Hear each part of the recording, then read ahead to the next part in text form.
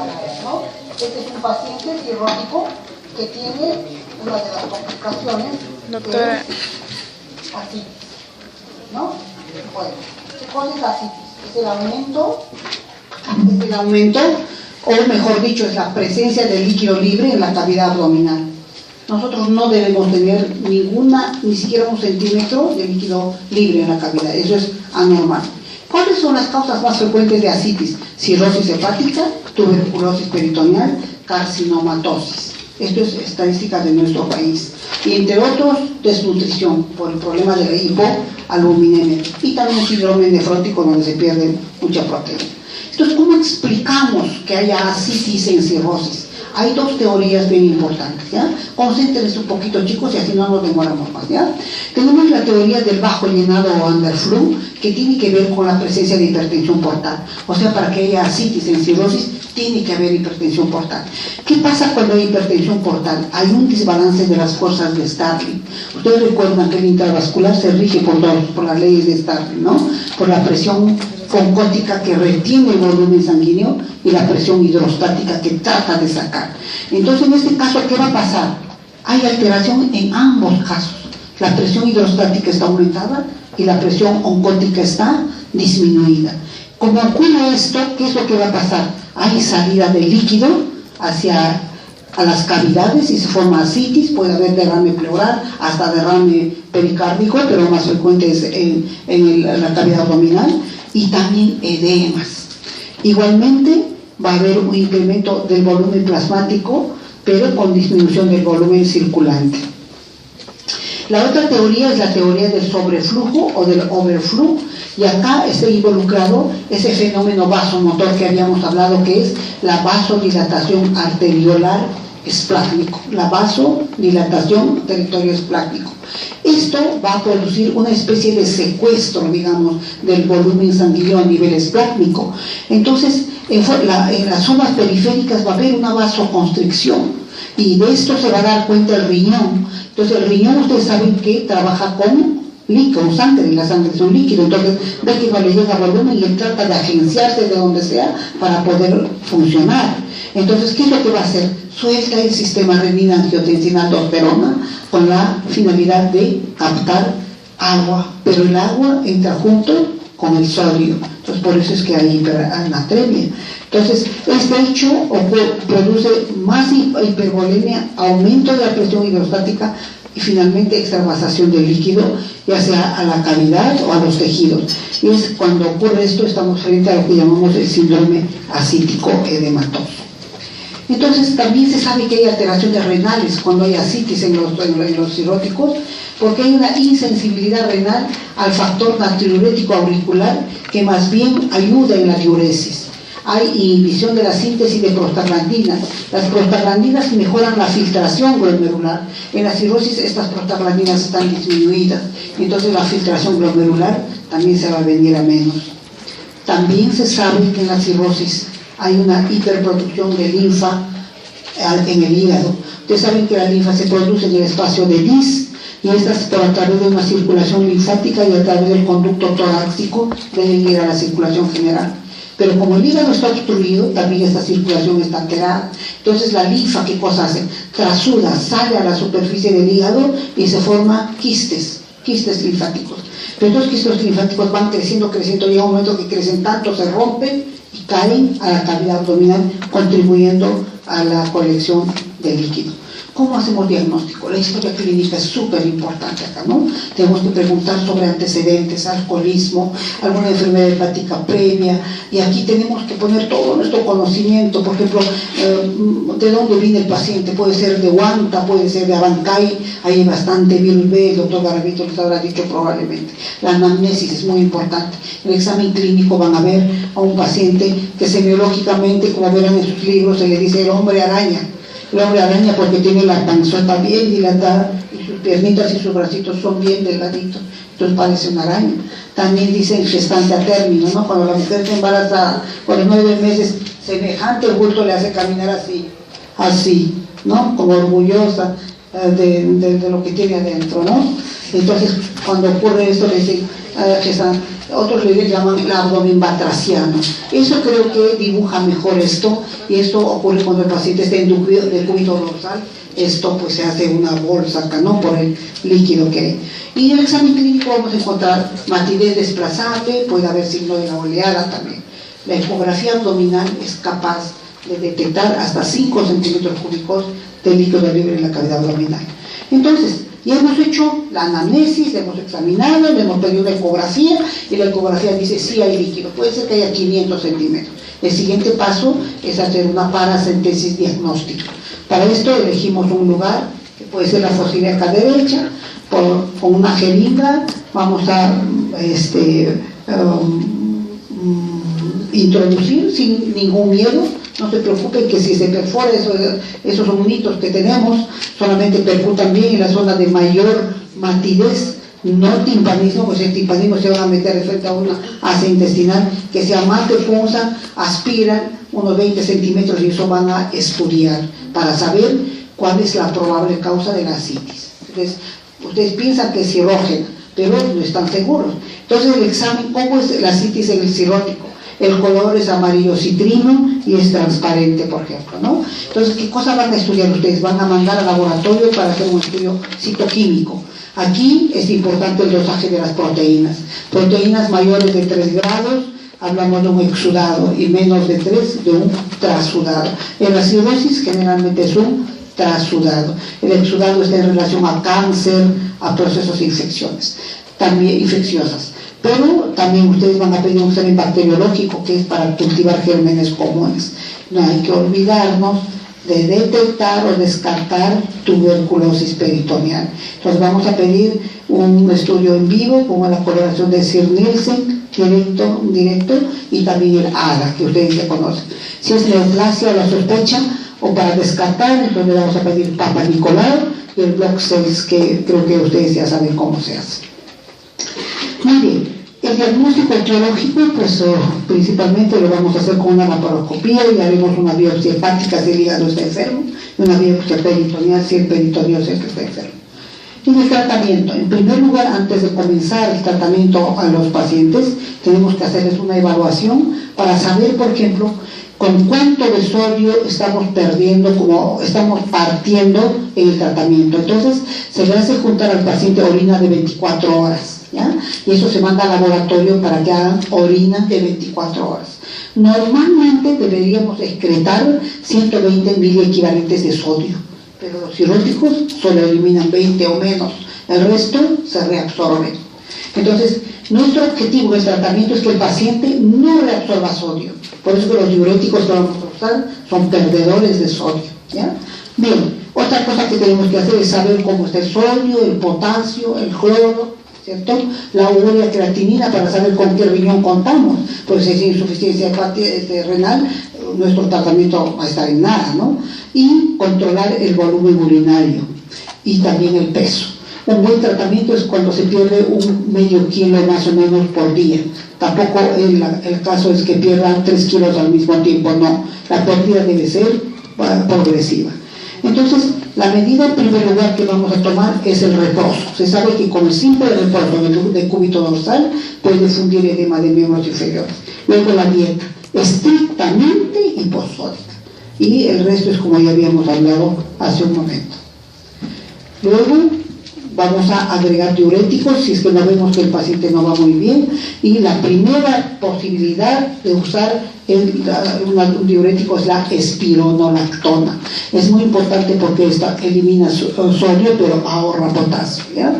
A diferencia de la furosemida, que no ahorra nada, ese bota sodio, bota potasio. Entonces recuerden que el excesivo uso de diurético donde no se ahorre potasio, el paciente hace hipopotasemia y hace alcalosis metabólica. Y en un estado de alcalosis metabólica hay mayor difusión de radicales amonio. Entonces el paciente puede hacer encefalopatía. Hay que tener cuidado. Entonces al paciente se le da juguito de naranja, que se come un plátano, una naranja, una manzana, que o sea, son alimentos que tienen bastante potasio. Otros tratamientos, yo no les voy a mencionar esto de Chandelier, los tips para bajar la presión de la porta. Por lo tanto, si bajamos la presión de la porta, bajamos la cantidad de líquido que se va a extravasar. Otra forma de tratar que sí su uso es bastante frecuente es la paracentesis evacuatoria total. O sea, al paciente le sacamos 5, 6, 7, 8 litros de líquido acético. La condición es que por cada litro que sacamos tenemos que poner una unidad de plasma o un frasco de albúmina. Es muy importante. Bueno, entonces la otra complicación de la cirrosis hepática es la encefalopatía hepática. Vamos a definir qué es encefalopatía hepática. Es un síndrome neuropsiquiátrico que se caracteriza por alteraciones en el sensorio, o sea, en la vigilia. El paciente está somnoliento, se queda dormido, y por la presencia de movimientos involuntarios que son extrapiramidales. Aquí es donde estamos hablando del famoso asterixis y alteraciones en el comportamiento. ¿Qué factores contribuyen para que haya encefalopatía? La falla hepatocelular. ¿Por qué? Porque el hígado debería transformar el amonio que le llega normalmente en urea, pero el hígado está insuficiente, no lo transforma, entonces el amoníaco, el amonio se van de frente a la sangre, entonces se van al cerebro y van a producir encefalopatía hepática. Y la hipertensión portal, ¿por qué contribuye? Por las colaterales, porque por las colaterales se escapa la sangre venosa de la porta a la general, entonces el paciente hace encefalopatía hepática. ¿Cuál es la fisiopatología? La patogenia. Se dice muchas cosas, pero lo que se sabe en general es lo siguiente, ¿no? Hay un incremento del amonio en la sangre y en los tejidos. ¿Y de dónde viene el amonio? El amonio viene, o mejor dicho, va al hígado, o sea, viene del intestino, del riñón y del músculo. Es un producto del metabolismo de los alimentos y de elementos como el músculo, por ejemplo, cuando hay un trabajo intenso. Entonces, todas las proteínas, recuerdan, cuando se cataboliza, sueltan radicales amonio, ¿no? El músculo es proteína. Bien, entonces, debería ir al hígado, no se transforma en urea, transformándose iría a la orina y el paciente está detoxificado. Esto no ocurre. O sea, insuficiencia hepatocelular. Hay un aumento de los aminoácidos aromáticos, principalmente el triptofano, la fenilalanina, la tirosina. Estas, como no son transformadas en proteínas, ¿ya? Son aminoácidos, las bacterias en el colon la trabajan y le transforman en lo que se llaman neurotransmisores falsos. ¿Cuáles son estos neurotransmisores falsos? La serotonina, la tiramina, la octopamina. Estos se van a ir a las terminaciones nerviosas del sistema nervioso central que van a producir todas las alteraciones que ocurren en la encefalopatía hepática. Al mismo tiempo, hay una disminución de los aminoácidos ramificados que son los que dan lugar a la formación de los neurotransmisores verdaderos. Como están disminuidos, los neurotransmisores verdaderos también están disminuidos. Entonces esto contribuye a la presencia de encefalopatía. Hay un aminoácido que es la metionina, que está muy elevada, y cuando esta es metabolizada por las bacterias se convierte en mercaptanos. El mercaptano es el responsable del fetor hepático característico en la encefalopatía hepática. Se sabe que disminuye el metabolismo de oxígeno y glucosa a nivel del cerebro, la demanda de oxígeno disminuye como la utilización de ATP.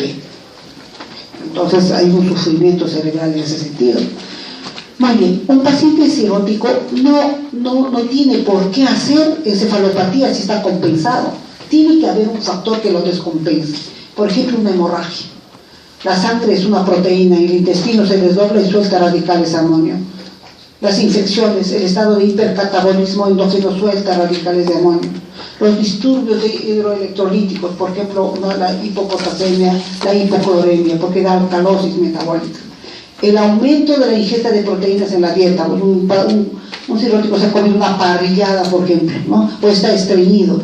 Cuando está estreñido, ¿qué es lo que pasa? La retención, o sea, mayor tiempo de estar las deposiciones o las heces en el colon hace que las bacterias la trabajen más y fabrican radicales amonio, porque ahí hay detritos y sobras del metabolismo de las proteínas. Muy bien. Entonces un cirrótico no debe estar estreñido, no debe comer tampoco muchas proteínas, no debe tener infecciones, tratar de evitar al máximo. ¿Cuál es el cuadro clínico?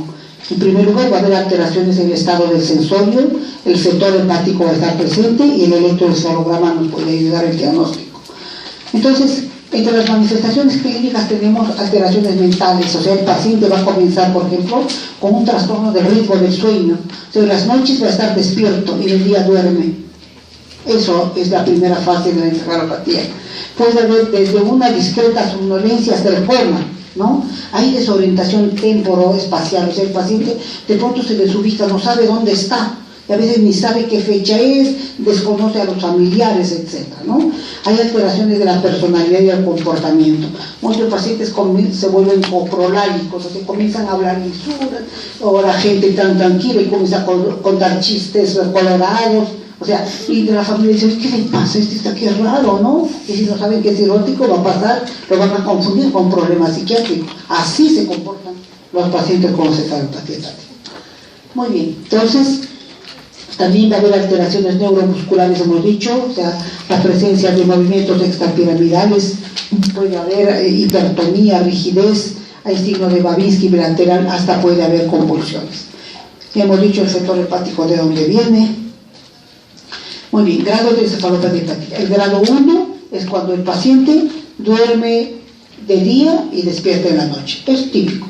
El grado 2, presencia de asterixis, y el paciente está letárgico, o sea, se vuelve lento, ¿no? Una cosa así, como que dicen, ¿qué le pasa? Está molesto, como la familia, pues, pero no habla, no dice nada, o sea, está letárgico, o sea, como que quiere dormir y cambia su estado de ánimo.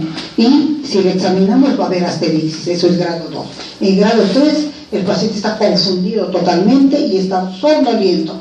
Mientras ustedes conversan con él, puede estar hablando y se queda dormido, es grado 3, ¿ya? Pero ustedes lo despiertan y ahí se va a despertar, grado 3. En el grado 4, coma, no despierte a nada. El estímulo doloroso que podemos provocarle aquí puede reaccionar con movimientos extrapiramidales, ¿ya? Entonces, muy fácil. Grado 1, trastornos del sueño. Grado 2, asterixis, somnolencia. En el grado 3 hay mayor somnolencia y en el grado 4, coma. ¿Cómo tratamos la encefalopatía? En realidad es muy fácil el tratamiento, ¿ya? En primer lugar, ¿qué debemos hacer? Identificar qué factor lo desencadenó. Si es infección, si es hemorragia, qué cosa lo desencadenó. Y eso es lo que vamos a tratar. Es como un paciente tiene fiebre, no le vamos a tratar la fiebre. Tenemos que buscar el foco infeccioso, de algo así, ¿ya? Muy bien, entonces, respecto a la dieta, vamos a restringirle totalmente las proteínas y le vamos a dar calorías en base a hidratos de carbono y lípidos. Y lo más importante en el manejo es limpiar el colon. ¿Qué hacemos limpiando el colon? Limpiamos todas las bacterias, toda la flora bacteriana que hay ahí, que son los que provocan la liberación de los radicales amonio. ¿Cómo hacemos eso? Con enemas. Podemos usar enemas conteniendo lactosa. También podemos usar lactulosa como enema, pero la lactulosa generalmente se usa vía oral, ¿no? ¿Cuál es la idea? La idea es que el paciente tenga diarrea profusa, ¿no? O sea, por un lado le producimos diarrea, por otro lado le ponemos enemas. El asunto es que el intestino tiene que estar limpio y tenemos que usar antibióticos, sí o sí, ¿ya? Antibióticos como la amoxicilina, metronidazol, la neomicina que tiene efecto local en este paciente. Entonces, finalmente, ¿cuándo tenemos que trasplantar a un paciente? ¿No? Cuando tiene falla hepática fulminante, por ejemplo, ¿no? Cuando hay ascitis refractaria al tratamiento, en una enfermedad ósea grave. Hemos dicho que los cirróticos hacen osteoporosis muy frecuentemente porque hay movilización del calcio, tienen fracturas con mucha frecuencia. Cuando hay una mala nutrición severa, coagulopatía grave, el prurito intratable. Las enfermedades colestásicas dan prurito, tan prurito tremendo que los pacientes, como en la cirrosis biliar primaria, se sacan la piel con tanto rascado. Entonces estos pacientes son candidatos a trasplante. Y cuando hay hemorragia digestiva recidivante por varices esofágicas. Muy bien. Bueno, chicos, yo les pido de verdad disculpas, les pido perdón por esta forma terrible de recibir clases. De verdad, yo de alguna